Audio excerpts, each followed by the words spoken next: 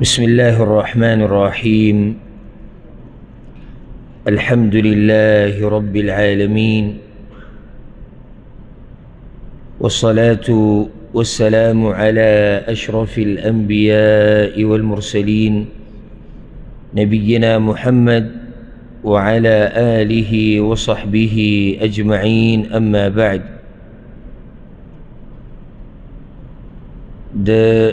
سوالاتو جواباتو دا مبارک نشست او ناستا دا بنن دا آغا مسائلو پبارکی چی داگی تعلق دا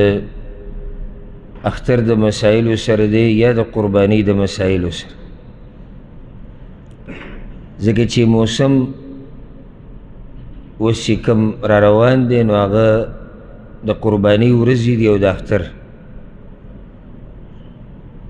او مناسب داده چی کم عبادت را روانی داگی پبارکی سن سا خبر وشی چی یو کسی کئی نو چی دا دلیل پرنا کیو کی. اول با دا آغا سوالونو بارکی جوابات ورکو چی داگی تعلق دا قربانی سر دی،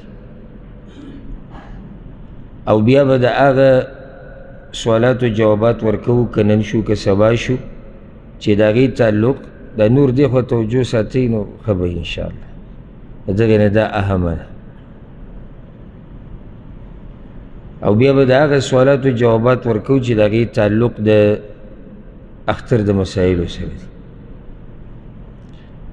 سوالونو خود دیر زیاد دا قربانی ببارکی اگا رونو خویندو کردی دی، خو ما یو خو اهم سوالون را جمع کردی او بل چی تکرار پکی نی، یو مسئلہ بار بار تپوسی گی نا، بس یو پیر تپوسی شا کافی دا. او اهم مسئلہ آگا مسئلی چی آگا پا قربانی کی دیری اهمی دی. اولنی سوال دا بار بار دا دی تپوس کیگی او اگر دا دی چی غور قربانی کمائیو دا، یعنی قربانی کی غور ساروے اگر کمیو دا مطلب دی. اول خدا مسئلہ یاد ساتی چی قربانی نکیگی مگر پا بہیمت الانعام بانی. بہیمت الانعام اللہ سورة الحج کو لِيَذْكُرُ اسم اللہ علی ما رزقهم من بہیمت الانعام. آغا اتا قسم ساروو تولکی چلاگی ذکر قرآن کم راگلے. آغا اخ دے نرو مادہ دوشو، او بیا غواو غوایی، او تحقیقی قول مطابق پا میخ باندیم قربانی کیگی زکر چی دا غوائی و قسم دی دا سلور شو. بیا گڑا و گڑا بیزا او چیلے یا پیسا دا شو اتا دیتا بہیمت الانعام دا دین علاوہ بس سارو باندی قربانی نکی،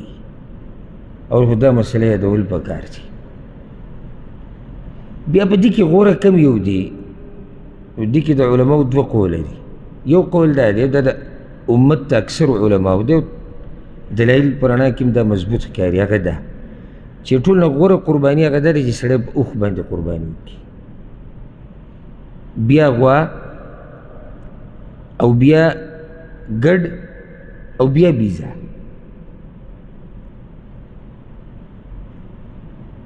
پا دی ترتیب سر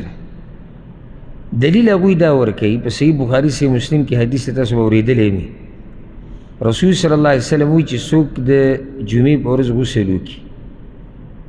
او وقتی لارشی پا اولنی وقت کی فکأنما قرب بدنا لکہ دا چی دا اللہ دا پارا اوخ قربانی کو. بی بیا چی پا دی دویم وقت کی سوک لار فکأنما قرب بقر لکہ دا چی غوا اللہ دا پارا ورک. په دریم وخت کې چې څوک لاړ فکأنما قرب کبشا اقرا لکه ده چې ښکارور ګډ د الله دپاره ورکړی. نو دې ترتیب په رڼا کې هغه ووي دلته ګوره د اولنی انسان چې لاړ د وختي نو ده ته اجر ډېر میلاویږي او ده ډېر کوشش کړی دی. نو کوشش یې داسې لکه ده چې اوښ ورکړی نو اوښ ډېر غوره دی. هلته دی وختي لاړ که وختي تلو کې قرباني ډېره ده. نو دغه شان په اوښ حلالولو کې د الله دپاره دي کې قرباني ډېره ده. ورپسې بیا اوښ شو نو بیا ګډ شو. او بله دا چې ګران هم دی لکه دغې طرف ته وګوري چې غوښه هم ډېره ده خو دې بل طرف ته که ته غواړې چې دا ګران هم دی. او یو حدیث دی د ابوذر غفاري رضی الله عنه امام احمد راوړی دی هغه تپوس کړی و د رسول الله سلم نه وي ای الرقاب افضل دا موږ چې دا غلامان او مریان ازادو په دې کې کم یو ازادول ډېر غوره دي. ته چې غلام ازادې دا خو یو غټ عبادت دی خو کم یو رسول صلی الله علیه وسلم ورته اغلاها ثمنا وانفسها عند اهلها کم یو مری چې ګراني او د مالک په نیز ډېر ګراني قدرمني. ته چې کوم مالک نالي هغه ته دا مری ډېر عزتمن او قدرمن دی. نو چې ډېر ورته ګران دی نو هغه خرڅې هم ګران. نو وی دا مری چې ته آزاد کړي دا ډېر غوره دي په نسبت د دې نورو د آزادولو.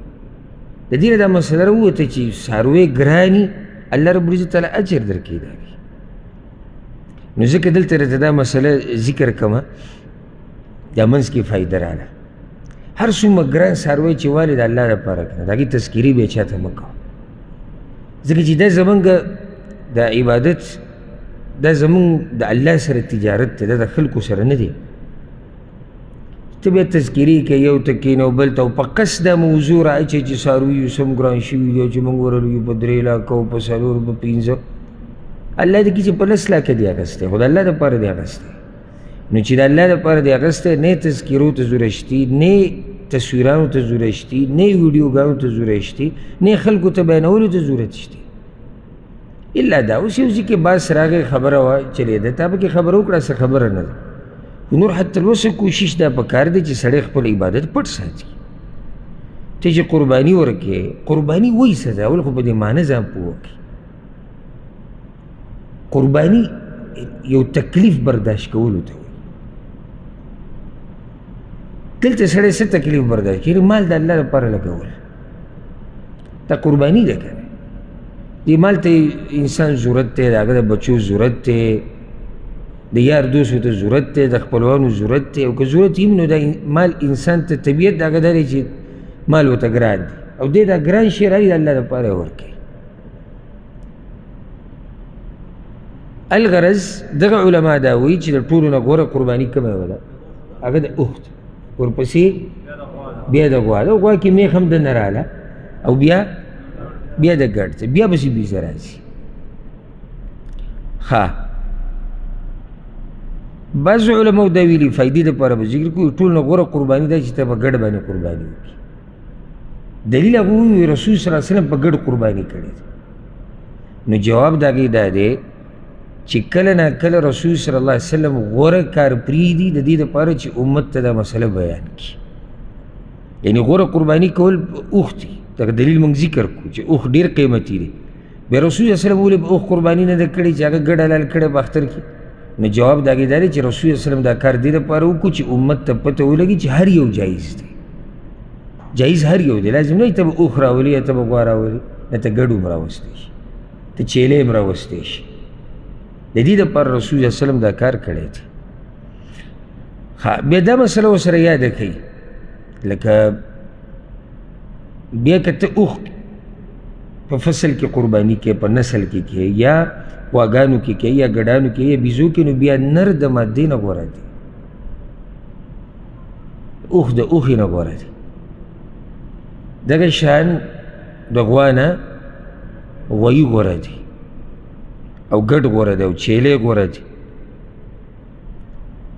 ځکه چې ریټ هم ډېري او غوښه یې مزېدار وي. او چې څومره قیمتي شی د الله دپاره ورکړي نو دا څه دی دا غوره دی. ښه یو فایده به ته بله ذکر کړو. غوره دا ده غوره چې په کم څاروي باندې قرباني کوي، لکه یو سړی په ګډ باندې قرباني کوي نو سپین رنګ والا ټول نه غوره دی. او دا مونږ ګوره دا څه چې ذکر کوو دا نه چې دا واجب دي، دا څه دي غوره دي. یو سړی په تور رنګ ګډ باندې قرباني وکړي ونه شوه وشوه، خو غوره رنګ چې دی هغه سپین رنګ دی، العفرا ورته هم ویلی کېږي. او حدیث کې راځي چې رسول صلی الله علیه وسلم قرباني کړې وه ضحى بکبشین املحین، په دوو ګډانو باندې چې هغه املح وه. او املح هغه ګډ ته ویلی کېږي چې سپین رنګي خالص سپین. امام نووي رحمه الله په ځي کې په دې ډېر ښه تفصیل کړی وي، د ټول نه غوره رنګ سپین دی، بیا پسې زیړ دی الصفرا، بیا الغبرا. غبرا هغه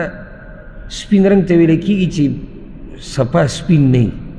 لرې نه سړی وي سړی را سپین وي چې نږدې راشي چې خړ پړ غونته کړي، خو خړ هم نه وي. بیا پسې وي دا غوره دی. په هغې پسې بیا البلقا. بلقا کم یو ته وایي په عربۍ کې چې بعض رنګې توري بعض سپینې،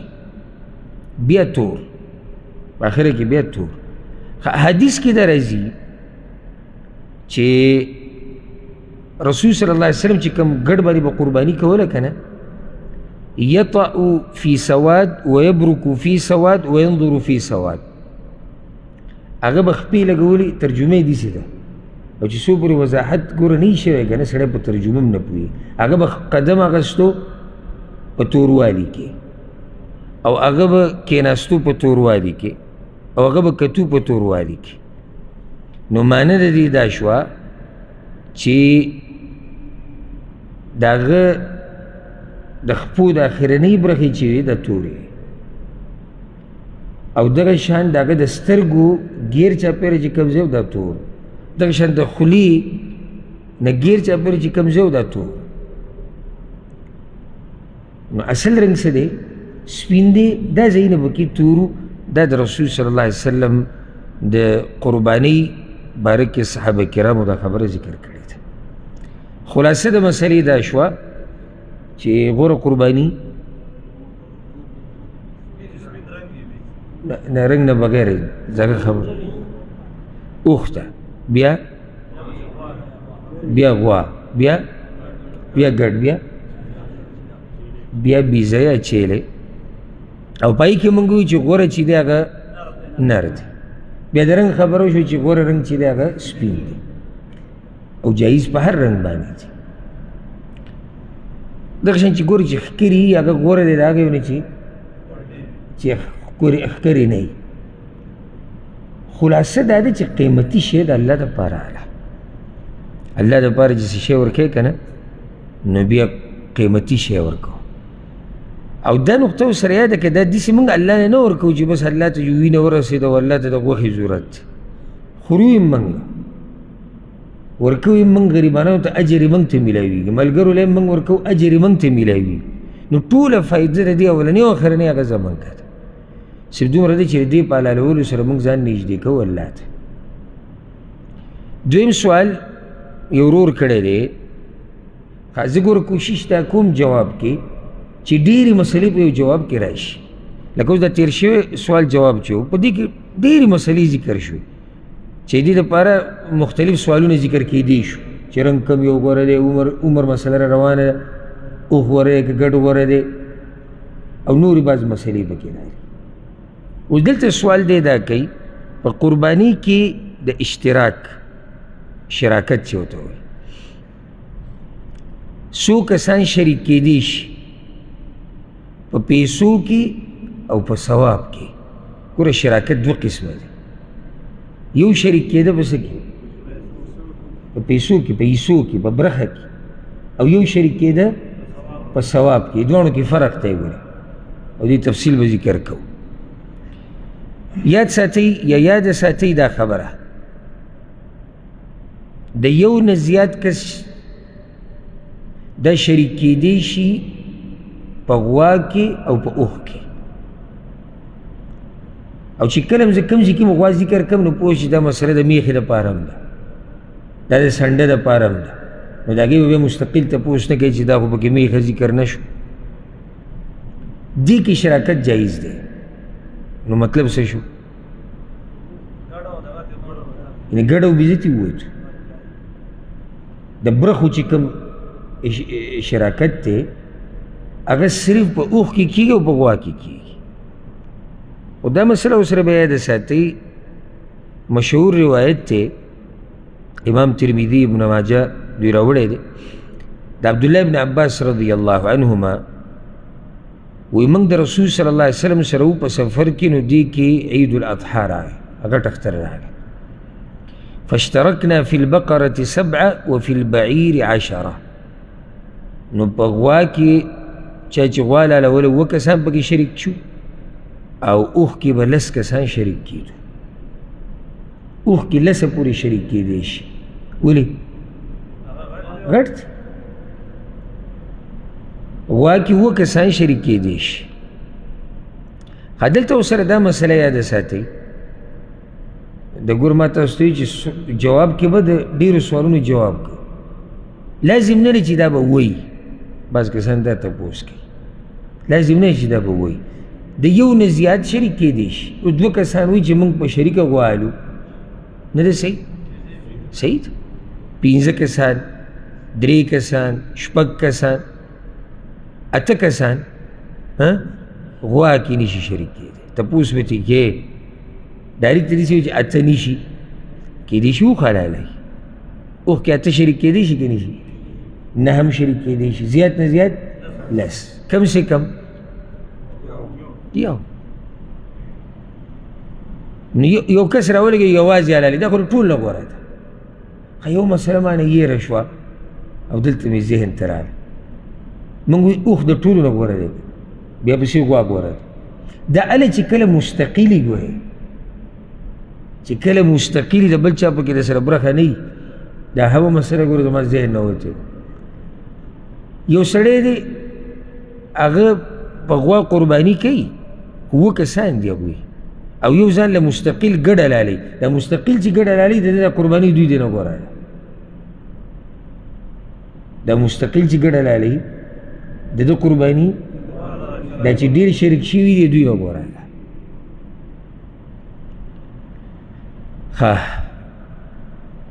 په ګډ کې یا په ګډه کې په بیزه کې دي کې د یو نه زیات نشي شریک کېدی بس یو کس به کوي خو اوس راځو د ثواب مسلې ده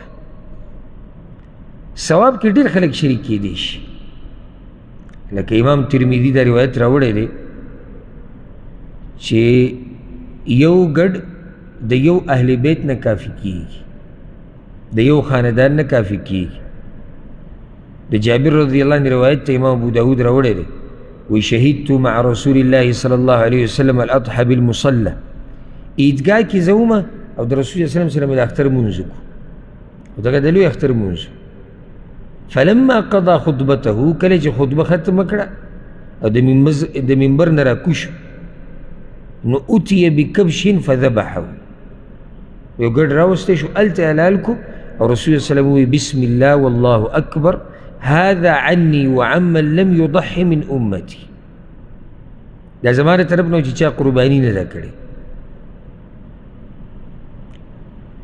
دغه شان حدیث کې راځي امام ابن ماجه راوړی د ابو ایوب انصاري رضی الله عنه روایت دی کان الرجل يضحي بشاة عنه وعن اهل بیته د رسول صلی الله علیه وسلم په زمانه کې به یو کس یو ګډ حلالو د خپل طرف نه او د خپل کور والا د طرف نه خو دلته دا مسله یاده کوي دلته یو اصیل دی یو تابع دی اصیل څه مطلب شو اصل څوک چې قرباني کوي دا کوم سړی چې قرباني الي او کوي او بل تابع دی تابع څوک دي دا د اهل بیت چې کوم دي ثواب کې دوی شریک کېږي د سره ثواب کې په هغه برخو کې نه چې لکه څنګه چې په اوښ کې 10 کسه شریک کېدی شي یا په غوا کې 2 کسه دلته یو سړی چې ما ګډ راوستی دی موږ ټول پکې شریک یو په هغه اعتبار سره نه په کوم اعتبار سره شریک دي د ثواب په اعتبار سره ورسره دا یاده کوي بیا د اصیل چې کوم اصل دی د ده ثواب ډېر دی د تابع نه. لکه پلار قرباني کوي نو د ده بچي د ده ښځې د ده مور پلار کوي، دا ټول په دې کې دننه رالو په ثواب کې د ده سره برخدار شو، خو دومره ده چې د هغوی ثواب او د ده ثواب یو امره نه دی، ثواب د دوی یو شان نه دی. والله اعلم. دا ورو سوال کړی دی او موږ داسې هم نشو ویلی چې دې جوابات تېر شوي کال شوي دي، خو همدغه مسلې دا بدلېږي خو نه، او سوالونه هم دقه دي. یعنې که ته هر ځای ته ورشې هر دور له ورشې د قربانۍ په باره کې سوالونه هم دقه دي معروف. نو یو سړی داسې نشي ویلی چې یاره دا خو بار بار دا سوالونه هم دقه به کېږي، روان کال هم دقه کېږي، بل کال هم دقه کېږي، او د هر عالم دقه سوالونه کېږي. ځکه چې د قربانۍ سره چې کوي مسلې تعلق ساتي هغه معروفې دي، یو څو مسلې انسان مخې ته راځي. دا مسله ده چې ډېر خلک دا خبره کوي چې رسول صلی الله علیه وسلم به چې کله د لوی اختر منزله تو نو روجه به یې وه، بیا به یې دا روجه ماتوله د دغه څاروي په اینه باندې کوم چې به یې قرباني کوه. نو ده تپوس کړی دی چې دا صحیح ده که نه ده. ګور اول دا خبره یاده کوي دا صحیح ده چې د رسول صلی وسلم دا طریقه وه. حدیث کې راځي امام ترمذي راوړی چې کله به د وړوکي اختر منزله تو نو د هغې نه مخکې به یې څه وخوړو، کجوره به یې خوړه. ولې چې د خلکو ته پته ولګي چې ګوره روجه ختمه شوې ده. ولا يطعم يوم الاضحى حتى يصلي، او خوراک به نه کوو د هغه وخته پورې چې څو پورې به مونځ نه وکړی، دغې منزله بعد به قرباني کول. دې ته روجې سړی په دې اعتبار سره ویلی شي چې ځان یې لږ سات د خوراک نه بند کړی، دا هغه روجه نه ده. هغه روجې چې کومه ده شرعي خو د سحر د راختو نه نور ډوبېدو پورې، دلته وقتي طور څه وخته پورې ځان د خوراک څښاک نه بند کړی. یو روایت کې راځي ولا يطعم يوم النحر حتى يذبح، د اختر په ورځ به خوراک د هغه وخته پورې نه کوو چې څو پورې به یې څاروی حلال کړی نه. ورسره یو روایت کې راځي امام احمد راوړی دی فیأکل من اضحیته، نو خپل چې کوم څاروی به قربان کو حلال به کو هم د هغې نه به یې خوراک وکړو. سوال دی چې دې کې حکمت څه دی؟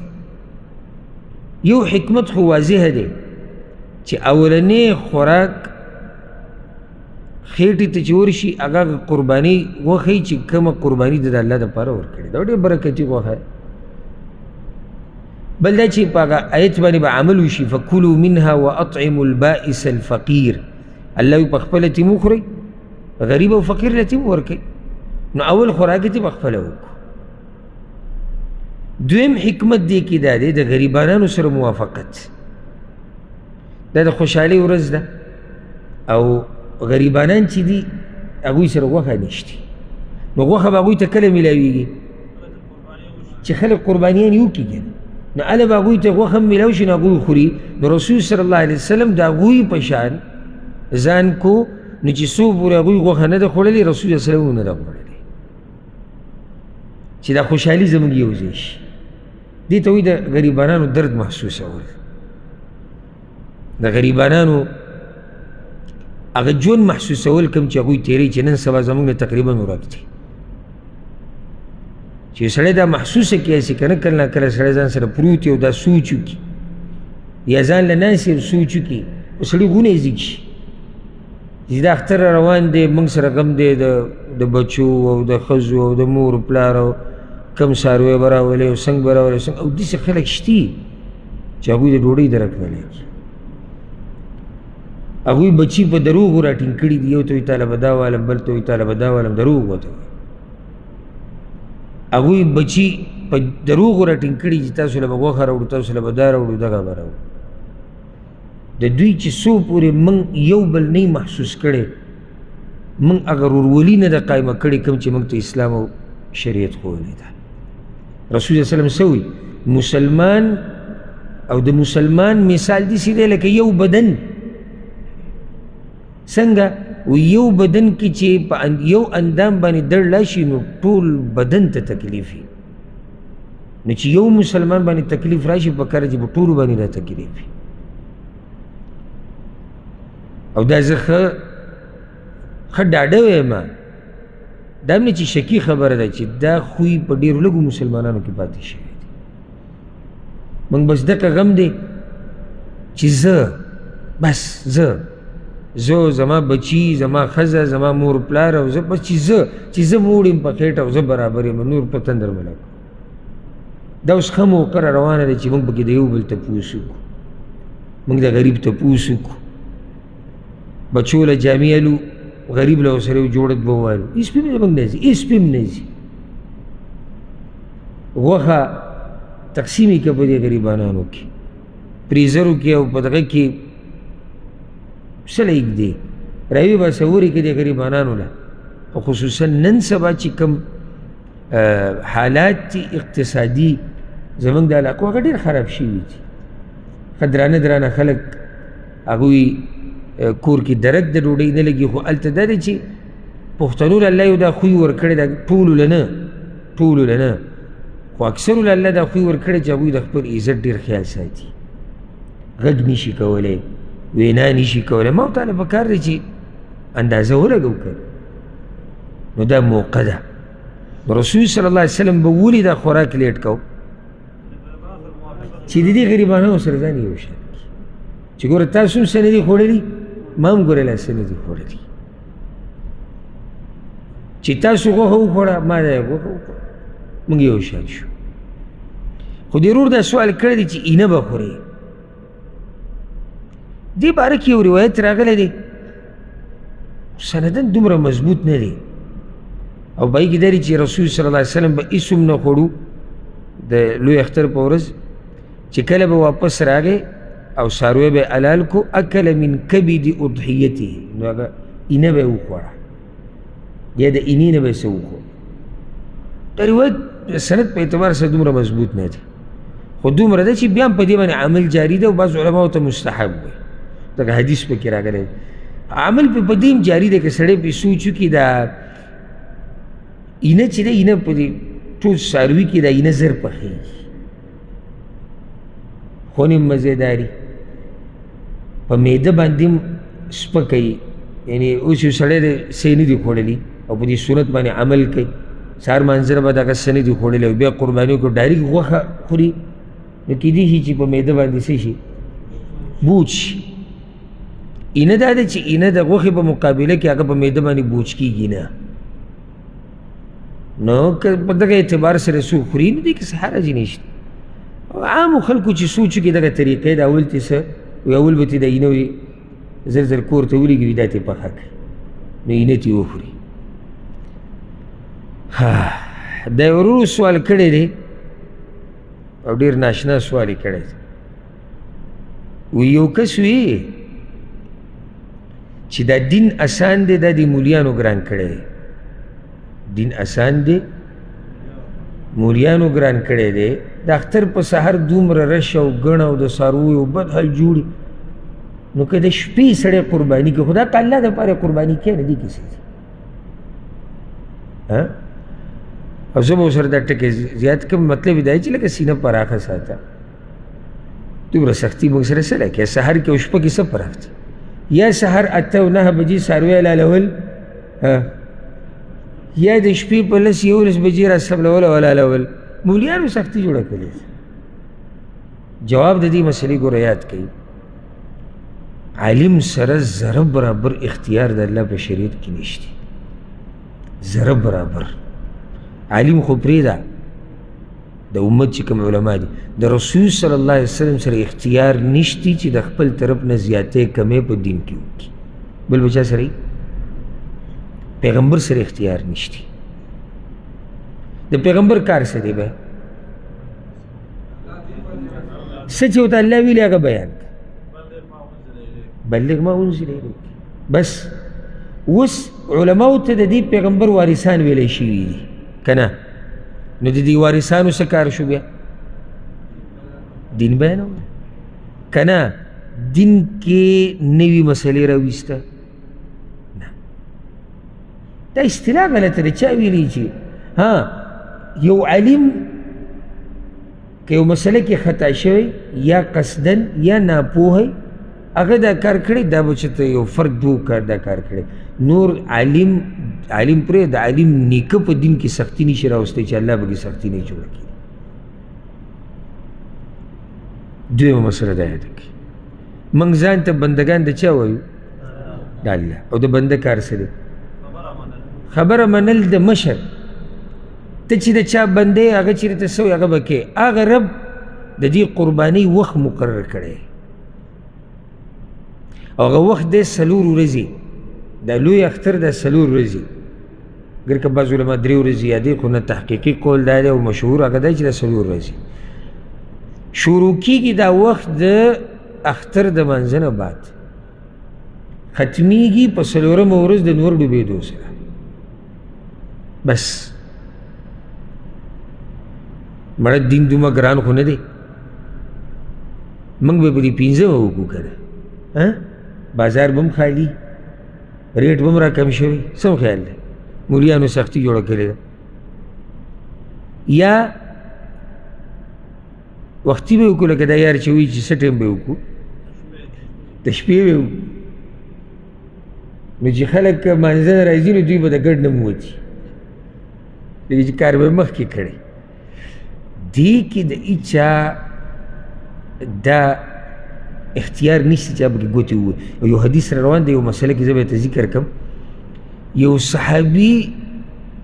راغی په رسول الله وسلم پسې وی یا رسول الله کله چې رسول الله وسلم لمونځ وکړو قرباني شروع کړه که نه څاروی حلالو وی یا رسول الله ما خو د منځه نه مخکې حلال کړی پیغمبر ژوندی دی دې ټیم کې دا سړی د مسلې نه خبر نه دی رسول الله وسلم ورته ګډ ستا د غوښې ګډ دی کور له دې غوښه راوړې ده بس کور له دې غوښه راوړې ده قرباني دا د منځه نه بعد ده د رسول الله وسلم سره دومره ګنجایش نه و چې دې مسله کې ګوتې والی وی او داسې ویلی وي چې سړي ته پته نه وي زه خیر دی دیسې زه خیر دی دیسې زه هغه دیسې زه دا دیسې نه ځکه چې رسول صلی الله علیه وسلم په خپله حلال او حرام نشي کولی دا کار دی دغه حلال او حرام موږ ته بیانول چې الله ورته بیان کړي دي ورسېدی په دې مسله که نه نو د وخت نه مخکې قرباني کول غوښې دپاره کور ته یې غوښه راوړې او حدیث کې راځي صحیح بخاري صحیح مسلم کې من ذبح قبل الصلاة فإنما يذبح لنفسه چا چې د منځه نه مخکې څاروی حلال کړو نو د ځان دپاره یې حلال کړو ومن ذبح بعد الصلاة او چا چې د منځه نه بعد څاروی حلال کړو فقد تم نسکه نو د ده عبادت پوره شو دقه شان الفاظ دی حدیث کې د دې نه اخوا پکې څه ګنجایش دي خبرې دې کې مولیان ګوتې نشي وهلی دا نن سبا په دې سوشل میډیا باندې هم په علماو پسې دا خلک لګیا دي چېرته یو کس مړلی وي هغه چې ته رباب پسې خفه و غریب کسي چل شوی زړه یې ټک کړی چاودلی دی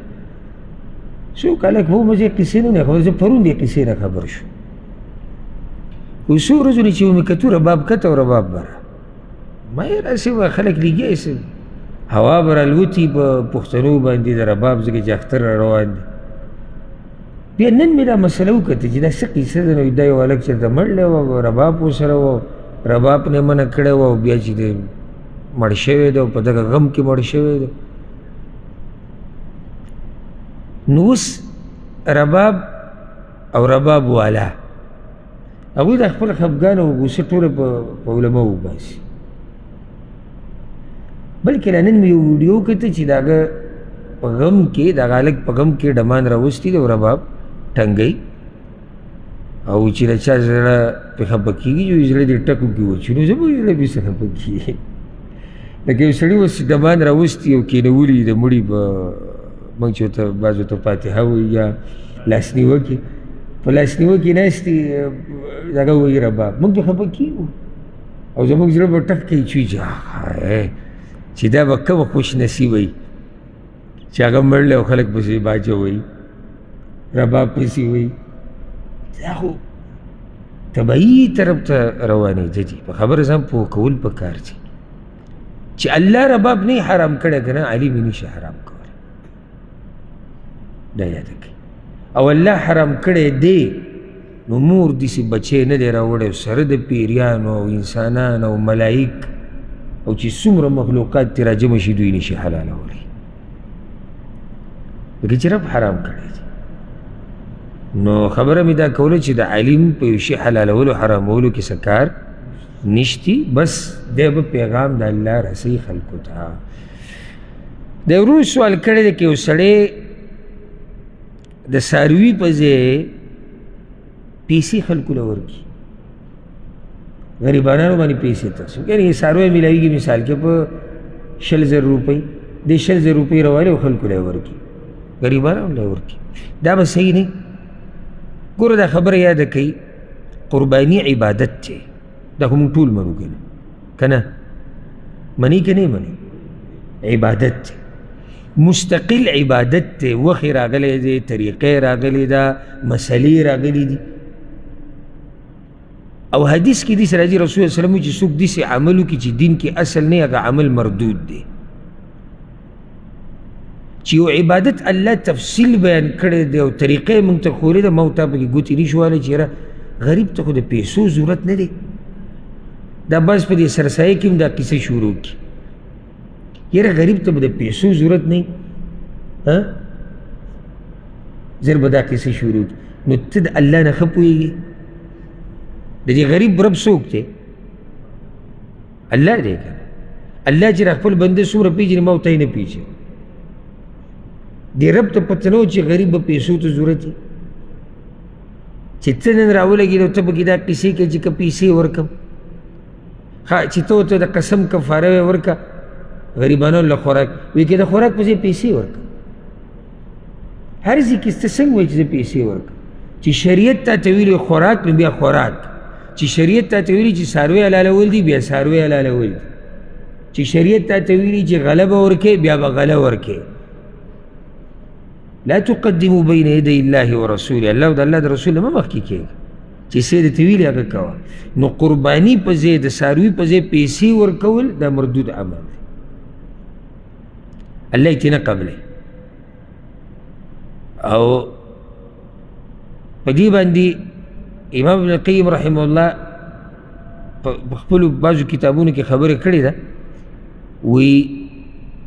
څاروی حلالول په هغه ځای کې چې شریعت موږ ته ښوولي هغه غوره دی د پیسو د صدقه کولو نه ولې ځکه چې مقصد دلته وینه تویول دي پیسې نه دي غریبانو له ورکول مقصد څه دي وینه تویول دي ته چې پیسې غریب له ورکړي وینه یې توی کړه دا خو وینه نه یې توی کړې نو دلته دا مسله یاده کړئ ورسره دا مسله راله ذهن ته په دې ورځو کې دا سیکولر غونته کې خلک نه دا لیبرل طبقې والا دوی علمانیان چې کوي دوی دا قصه شروع کړي وی ګاونډي دی غریب دی او ته قربانیانې کې او کلي کې دي څو غریبانان دي او ته حج له روان یې اورېدلي هم دي ګرم دي اورېدلي او غضب کې او کلي کې څو کونډې ناستې دي وایي حاجي صاحب حج کې دی دا خبره یاده کړئ د هر ځای خپل عبادت دی اوس څه وکړو ځه یو سړی غریب دی او وي دا خو د الله فیصله ده چې انسانان ټول یو شان نه دي غریبانان به پکې او مالدار به پکې دا عبادت ټول پرېږدو بس دغه یو قصه به کوو چې کلي کې غریبانان دي اصل مقصد ګوره د دې خلکو د غریبانانو سره همدردي نه ده اصل د دوی په دین باندې اعتراض دی په دین باندې اعتراض دی چې کله مسلمانان د قربانیانې شروع کړي بس د دې ملحدینو اعتراضات به شروع شي څومره څاروي بې ګناه وي حلالولی کېږي په دې ورځ او که دا غیر مسلمه انسانانو ملال کی که نه ور دوی پسې پروا دی انسانان نو ځکه دې خبرو نه ځان لرې ساتئ د هر ځای خپل عبادت دی که زه اوس تاسو له ترغیب در کوم چې د غریب خیال ساتئ ما تاسو له اوس د دویم جواب کې د قربانۍ سره دا ترغیب در کو چې د غریب پکې تپوس کوه خو زه اوس یو عبادت ختم کړم چې هغه الله موږ دپاره په شریعت کې رالیږلی په دې چې کلي کې غریب دی خو دا غوښه هم خو دې دپاره راولی کېږي که نه چې څوک یې وخوري غریبان هم پکې وخوري حج الله به ما لازم کړی دا یو مستقل عبادت دی هغه څه وکړم ها اوس یې سړی داسې ویلی شي چې یو سړي نفلي حجونو له زور ورکړی دی او دغه پیسو ته ضرورت دی دا یو مسله ده خو هغوی په دې نیت نه وي د هغوی مقصد هغه په اسلام باندې اعتراض کول دی دا ورو سوال کړی دا ډېر اهم سوال دی چې د څاروي عمر به څومره د قربانۍ د څاروي دې مسلې ته غوږ کولاو کوي که زما دا مسلې تاسو په توجه سره واورېدو نو ډېرې مسلې به راته حل شي که نه نه حل کېږي حل به شي خو شرط څه دی چې په توجه سره واورو موږ ووایو چې قرباني په بهیمة الانعام کې به کوې دې باندې خو موږ ورسېږو په بل څاروي په چرګ باندې کېږي نه ها اگر که د بعضو علماو قول پاتې شوی دی پوخا دا بعض وایي دا مسله کتابونو کې راغلې ده نو خلک ورته چې کتابونو کې خو ډېر څه راځي بلکې یو قول دا دی چې د چرګې په هګۍ باندې هم قرباني کېږي خو دلیل په اعتبار سره د اقوال څه دي کمزوري دي نو صرف په دې پسې مه ګرځه چې کتاب کې مسله راغلې ده کتاب کې کمزوري مسله هم راتلی شي ها اوس د دې عمر به څومره وي نو یاد یې کړه حدیث کې دا راغلي دي چې د قربانۍ څاروی به ثني الثني ورته ویلی او الثني اوښانو کې جدا دی غوا کې جدا دی ګډو بیزو کې جدا دی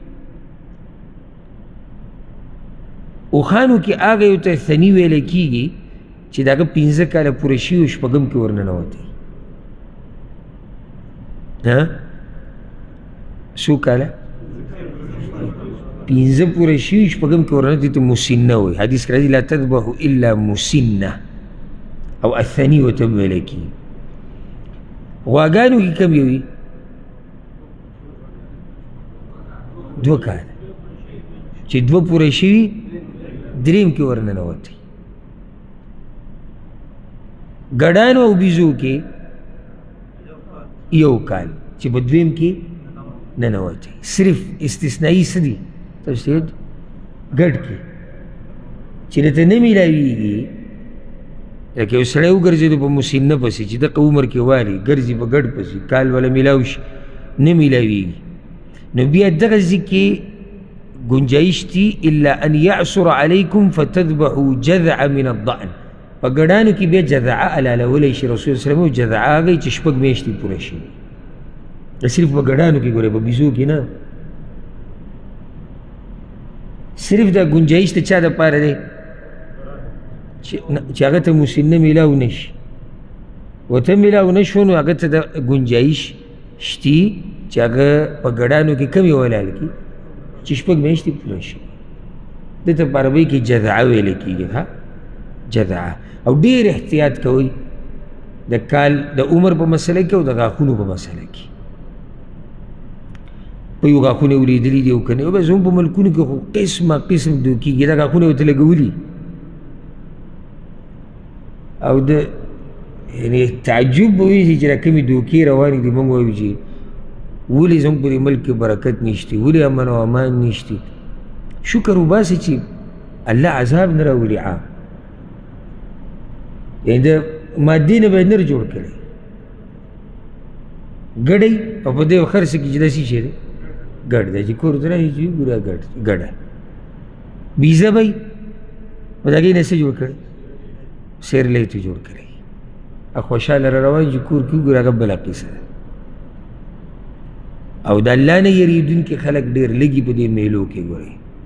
یې مقصد څاروی خرڅول دی دا قسمونه دا دیسي او دا مې د هغه ځای نه راوستی او دا مې دغه ځای نه راوستی دی نو ډېر احتیاط کوئ ځکه چې عبادت دی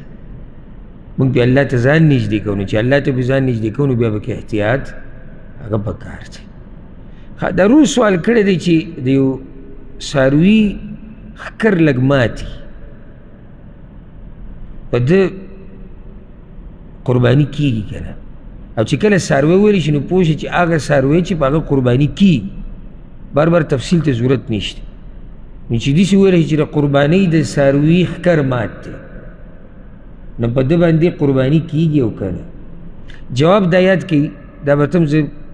داسې جواب ذکر کړم چې ټولې مسلې پکې راشي او که دا دې یاد کړو که نه هر قسمه عیب چې په څاروي کې راتلو تا ته به جواب معلوم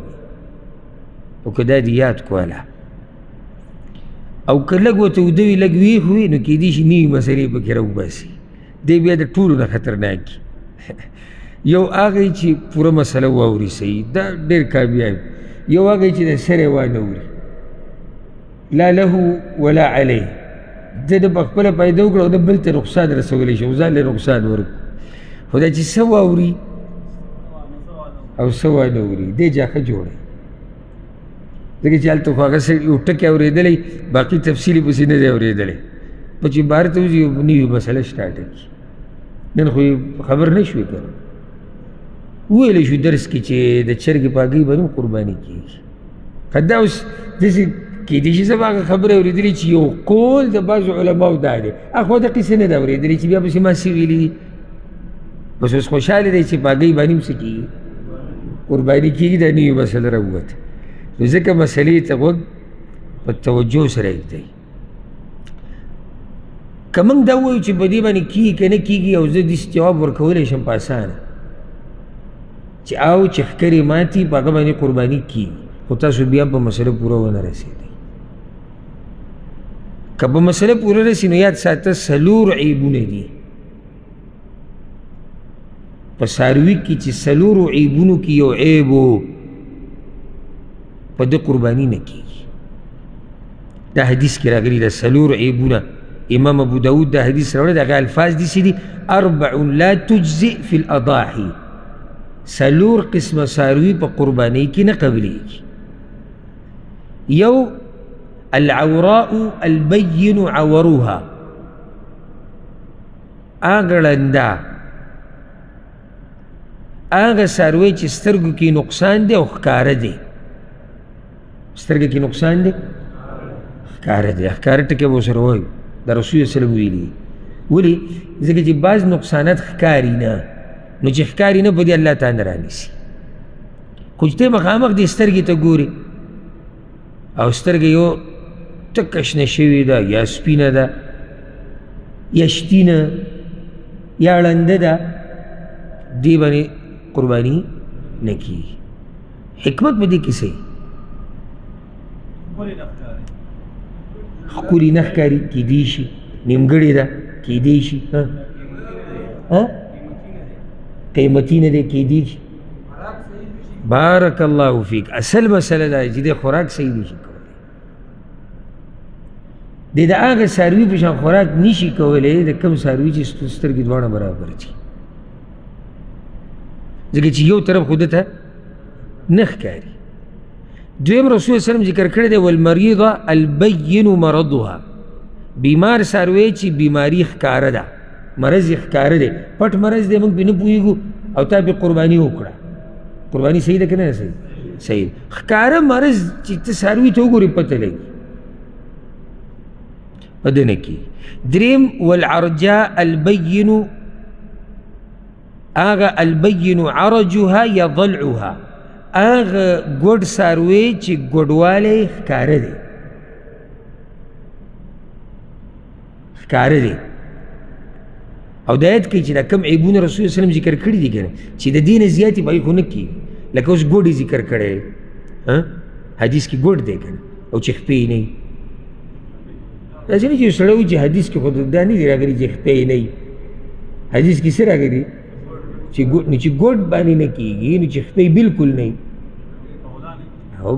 بالکل نه کېږي دلته هم دا دي چې ګوډوالی صحیح ښکاري څلورم والکثیره التي لا تنقي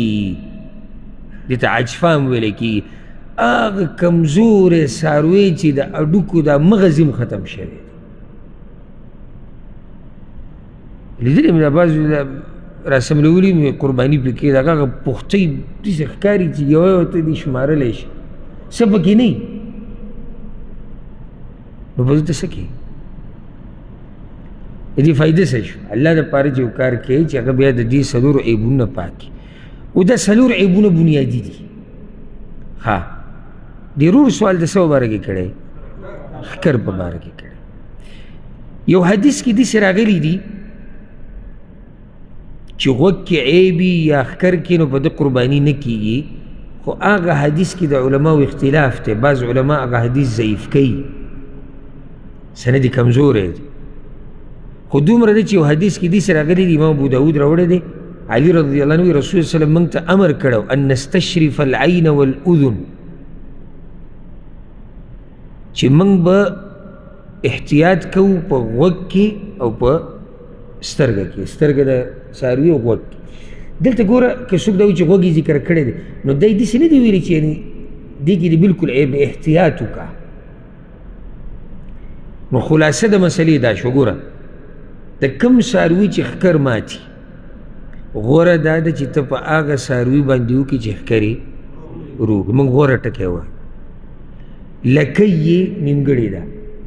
غوره دا ده چې په هغه یو باندې وکړي چې لکۍ یې روغه ده. غوږ کې سوری دی یا پرې شوی دی، غوره دا ده چې ته په هغه یو باندې وکړي چې غوږ یې برابر وي.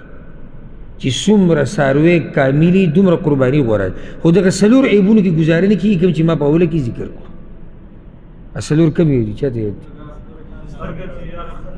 د سترګې عیب، ګوډ، بیمار، کمزور. څلور شو. هغه څه کې راغلي څلور ونه ذکر شو. کمزورتیا، بیماری، ګوډوالی او د سترګو عیب. او چې دا ښکاري. د دې نه علاوه چې هر قسمه عیب دی هغې سره قرباني کېږي، خو غوره دا ده چې ته دې څاروی ګورې چې عیب پکې دی. او زه به ته یو بل دلیل ذکر کړم. ګوره عربۍ کې هغه څاروي ته چې دا ښکر یې نه وي الجمه ورته ویلی کېږي، په دې باندې قرباني کېږي.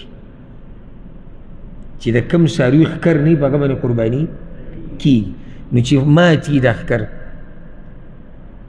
شتي خو مات دی، په ده به نه کېږي؟ په ده بلکل کېږي. ګوره چې بلکل نشتي په هغه کېږي. نو چې ښکر یې شتي خو لږ نقصاني دی، مات دی، په ده باندې خو به قرباني کېږي. پوه شوئ که نه؟ ها اخرنی سوال به دا وایلو د مړي د طرف نه قرباني کول. دا بار بار دا خلک تپوسونه کوي. شیخ الفقیه محمد بن عثیمین رحمه الله په دې ډېر تفصیلي لیکل کړي. د هغه یو ځای کې دا خبره ذکر کړې ده، اصل دا دی چې قرباني الله رب العزت مشروع کړې ده د ژوندو دپاره، دا د مړو دپاره نه ده چې دا به د مړو دپاره. دا اصل کې ده د چا دپاره؟ ژوندو دپاره. بیا تقسیم ګوره علماو داسې کړی دی، که دا تقسیم یاد کړې مسله به ته ټوله حلی شي. د مړو د طرف نه قرباني کول درې قسمه ده. یو چې دی اصل کې قرباني د خپل طرف نه کوي او مړي پکې ځان سره تابع کوي چې هغوی په ثواب کې شریک شي، دا جایز دی. لکه یو سړي مور پلار مړه دي او دی قرباني کوي په دې نیت چې الله یې ماله ثواب راکړي او زما مور پلار دی. لکه چې یو قرباني ته وکړي اهل بیت پکې شریک کېږي، د مور پلار پکې په ثواب کې شریک شو، دا جایز دی. ځکه چې دلته د مړي تابع کړي دي، هغوی مستقل قرباني وله نه ده کړې. دویم مړي وصیت کړی دی چې په ما پسې به قرباني کوي. وصیت پوره کول چې ګناه پکې نه واجب دی، دا دویم حال شو. دریم مستقل قرباني دی د مور پلار دپاره یا د ښځې دپاره یا د رور خور دوی دپاره کوي، هغه مړه دي، دا جایز دی. یاد یې کړه جایز دی او غوره نه دي. غوره ولې نه دي؟ ګوره موږ د الله بندګان یو او د رسول صلی الله علیه وسلم تابعدار یو. الحمدلله رسول صلی الله علیه وسلم په خپل ټول ژوند کې مستقل قرباني د مړي دپاره نه ده کړې، او صرف هغه نه، بیا صحابه کرام هم نه ده کړې. که څوک وایي چې دا ښځه ما ته ډېره نږدې ده او دا مور پلار ما ته ډېر نږدې دي، نو ولې د رسول صلی الله علیه وسلم په ژوند کې د هغه بچي نه دي مړه شوي؟ بیبیانې نه دي مړې شوي؟ هغه تره حمزه رضی الله نه دی مړ شوی؟ نور داسې خواږه د هغه قدرمند ملګري نه دي مړه شوي، خو د یو پسې هغه مستقل قرباني نه ده کړې. موږ دا نه وایو چې دا حرام دی او نه کی، جایز خو کېږي، یو سړي قرباني وکړه الله به له ثواب ورکړي، خو غوره طریقه نه ده. هر هغه عمل غوره دی چې هغه رسول صلی الله علیه وسلم کړی ده. موږ په هره خطبه کې اورو وخیر الهدي هدي محمد صلی الله علیه وسلم حدیث کې راځي، او غوره لار هغه د محمد صلی الله علیه وسلم لار ده، او د هغه لار ده. نو که ته وایې چې نه الله دوی له ثواب ورکړي، خو ځان سره په ثواب کې شریک کړه، ځان سره ثواب کې شریک. ښه بعضو په ځان باندې دومره ګرانه کړي دي، زما خواله راغلي دي چې مالي حالات یې کمزوري شوي دي، خو بس زه د پخوانه وي زما دا طریقه را روانه چې د پلار دپاره قرباني مستقل کړو. دې کال له مې حالات ګډوډ دي، دا اوس زه څه وکړم، غریب په غټ ټینشن کې پروت. نو موږ ته دا وایو که حالات یې ښه وي، مستقل قرباني د مړي دپاره کول د رسول صلی الله علیه وسلم نه دي ثابت. اگر که جایز دي څوک یې وکړي کولی شي. نو دا خلاصه شو. ډېرې مسلې پاتې شوې، د هغې به انشاءالله سبا د هغې ذکر کوو چې قرباني څاروي کې که عیب راشي څه به ورسره کوو، د ملک نه بهر قرباني کول ته یو ځای کې اوسېږي، د هغې نه بهر قرباني کوي سره به څه کوو، یو کور والا طرف نه څو قربانیانې کېدی شي او کور والا چاته ویلی کېږي. دا ټولې مسلې به انشاءالله سبا ذکر کوو. الله رب العزت دې موږ پوه کړي په قرآن او په حدیث باندې. هذا والله اعلم وصلى الله وسلم على نبينا محمد.